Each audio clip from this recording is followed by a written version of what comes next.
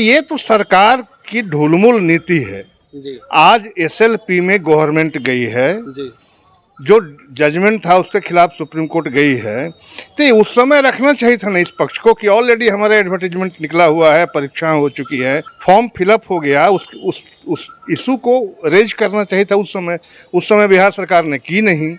अगर इस इशू को उसी समय ढंग से अगर उसको करते तो हमें नहीं लगता है कि कुछ ना कुछ निर्णय आता। बिहार सरकार गई है तो हमें लगता है कि सुप्रीम कोर्ट अगर सिंपैथी रखेगी तभी इनके पक्ष में ऑर्डर पास करेगा, वो भी हमें 30% चांस लगता है, 70% लॉ भी जो है इनके फेवर में नहीं है। इन्होंने एडवर्टीजमेंट ही गलत निकाला था, तो पहले जो वर्कआउट करना चाहिए था इन्होंने वर्कआउट किया नहीं।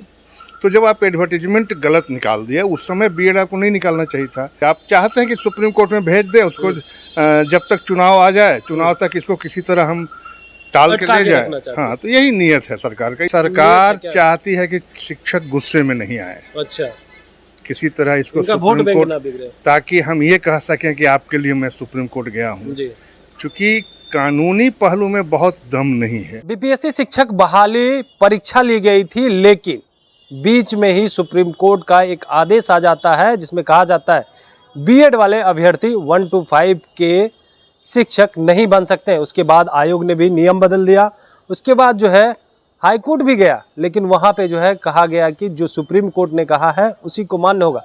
लेकिन शिक्षा विभाग के पाठक जो अपर मुख्य सचिव हैं वो पहुँच गए अब सुप्रीम कोर्ट और कह रहे हैं बीएड अभ्यर्थी को 1 to 5 में जगह मिलनी चाहिए, यानी शिक्षक बननी चाहिए। अब इसी पे बात करने के लिए हमारे साथ हाईकोर्ट के वकील हैं अरविंद सिंह जी। क्या कहेंगे सर, जिस तरह से जो है अब के पाठक सुप्रीम कोर्ट पहुंच गए हैं, तो क्या लग रहा है कि बीएड वाले अभ्यर्थी टीचर बन पाएंगे? उम्मीद है। देखिए, जो इन लोगों ने जो एडवर्टीजमेंट निकाला था for the appointment of teacher, उसमें बीएड वाले एलिजिबल थे। उसके बाद सुप्रीम कोर्ट केस गई, सुप्रीम कोर्ट ने केस में फैसला सुनाया कि हाँ भाई, जो नीचे कक्षाओं में जो बीएड किए हुए हैं वो एलिजिबल नहीं है, जिसके चलते बहुत सारे जो अभ्यर्थी भरे हुए थे फॉर्म, और भरे हुए नहीं थे, परीक्षा में अपीयर भी हुए, लेकिन वो वंचित रह जाएंगे। तो ये तो सरकार की ढुलमुल नीति है आज एसएलपी में गवर्नमेंट गई है, जो जजमेंट था उसके खिलाफ सुप्रीम कोर्ट गई है, तो ये उस समय रखना चाहिए था ना इस पक्ष को कि ऑलरेडी हमारा एडवर्टीजमेंट निकला हुआ है, परीक्षाएं हो चुकी है, और जो शिक्षक अपॉइंट होंगे, अब जब परीक्षा के बाद जब रिजल्ट निकलने वाला है, तो अब उसमें आप ये है, तो परीक्षा के जब आप फॉर्म फिलअप हो गया, उस इशू को रेज करना चाहिए था उस समय बिहार सरकार ने की नहीं। अगर इस इशू को उसी समय ढंग से अगर उसको करते तो हमें नहीं लगता है कि कुछ ना कुछ निर्णय आता। लेकिन अब देखिए, सुप्रीम कोर्ट गई है, एसएलपी का क्या डिसीजन होता है, बिहार सरकार गई है कि जिस तरह से ये सुप्रीम कोर्ट चले गया, हाई कोर्ट, सुप्रीम कोर्ट ने तो पहले ही कह दिया था। क्या लग रहा है, शिक्षक वाला जो बहाली है उस प्रक्रिया को सही से होने देना नहीं चाह रही है सरकार? क्या जो फिर से सुप्रीम कोर्ट? देखिए, इसका दो इशू है जी। जो इसकी कानूनी पहलू है वो ये है कि हायर एजुकेशन वाले जो पीएचडी किए हुए हैं और वो लोग, उनका जो बीएड की ट्रेनिंग होती है, वो बच्चों के पढ़ाने का जो एक उसका जो सिस्टम है वो अलग है, वो अलग तरह की ट्रेनिंग होती है जो बीएड में नहीं होती है। B Ed is only for higher education. तो ये तो टेक्निकल पेज है, टेक्निकल चीजें हैं, कानूनी है।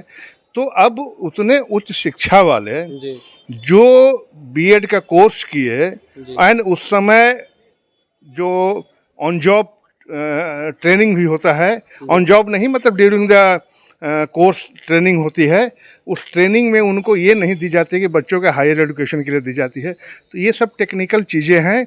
अब बिहार सरकार गई है तो हमें लगता है कि सुप्रीम कोर्ट अगर सिंपैथी रखेगी तभी इनके पक्ष में ऑर्डर पास करेगा, और नहीं। सुप्रीम कोर्ट ने तो सर पहले ही ने कह दिया है कि राजस्थान का जो मामला था कि बीएड वाले अभ्यर्थी 1 to 5 के शिक्षक नहीं बन पाए, तो फिर जाने का क्या मतलब बनता है? क्या लग रहा है, शिक्षक बहाली को ये लोग फंसाना चाह रहे हैं जो फिर से सुप्रीम कोर्ट गए हैं? देखिए, इसमें दो चीज है ना, एक तो राजनीतिक, इसमें कोई शक, जो आप कह रहे हैं उससे मैं सहमत हूँ, चूंकि राजनीतिक तौर से लाभ लेना भी इनका मकसद है। तो इनको पता है कि पुनः सुप्रीम कोर्ट से बहुत उम्मीद नहीं है रिलीफ। हाई कोर्ट से तो पहले झटका मिल चुका है। हाँ, सुप्रीम कोर्ट से रिलीफ का इनको बहुत उम्मीद नहीं है। अच्छा, लॉ भी जो है इनके फेवर में नहीं है। जी इन्होंने एडवर्टीजमेंट ही गलत निकाला था। जी तो पहले जो वर्कआउट करना चाहिए था, इन्होंने वर्कआउट किया नहीं। तो जब आप एडवर्टीजमेंट गलत निकाल दिया, उस समय बीएड आपको नहीं निकालना चाहिए था। तो ये तो है ही, आप चाहते हैं कि सुप्रीम कोर्ट में भेज दें उसको, जब तक चुनाव आ जाए, चुनाव तक इसको किसी तरह हम टाल के अटका ले के जाए। रखना चाहते हाँ, तो यही नीयत है सरकार का, इससे ज़्यादा ना कुछ नहीं लगता। क्योंकि वहाँ से बहुत रिलीफ मिलने का लॉ पॉइंट पर मुझे बहुत नहीं लग रहा है। सिंपैथी पर ही कि चले एडवर्टीजमेंट हो चुका है, बच्चे अपीयर हो गए हैं, अगर कंसीडर करेगा, वो भी हमें 30% चांस लगता है, 70%। तो क्या लग रहा है, सरकार जो है शिक्षक अभ्यर्थी का सिंपैथी वोट करना चाह रही है कि 2024 का लोकसभा चुनाव है, हम आपके लिए सुप्रीम कोर्ट भी गए, अब सुप्रीम कोर्ट नहीं कह रही है तो हम इसमें क्या करें? क्या लग रहा है, ये भी सरकार का कोई नहीं, सरकार चाहती है कि शिक्षक गुस्से में नहीं आए। अच्छा, किसी तरह इसको वोट सुप्रीम बैंक कोर्ट, ना बिगड़े, ताकि हम ये कह सकें कि आपके लिए मैं सुप्रीम कोर्ट गया हूँ। चूँकि कानूनी पहलू में बहुत दम नहीं है। चूँकि लोअर क्लास के टीचर के लिए जो मानदंड है अलग है, मिडिल क्लास के लिए अलग है, हायर एजुकेशन के लिए अलग है। तो ये तो डिस्टिंग्विश है ना। तो जो डिस्टिंग्विश है, उस समय उन एडवर्टीजमेंट ही इन्होंने गलत निकाला था, तब ना सुप्रीम कोर्ट ने स्टे लगा। तो ये तो देखिए, कोई स्पष्ट नीति इनकी नहीं है, जिस कारण से छात्रों को भुगतना पड़ रहा है। छात्र इससे वंचित हो जाते हैं, एज भी खत्म हो जाता है उनका, और उनको कोई अपॉइंटमेंट भी नहीं मिल पाता है। ये आखिरी फैसला सवाल रहेगा सर, कि क्या लग रहा है सुप्रीम कोर्ट का क्या फैसला आएगा इस पे, जो है जिस तरह से वो कोर्ट पहुंचे थे?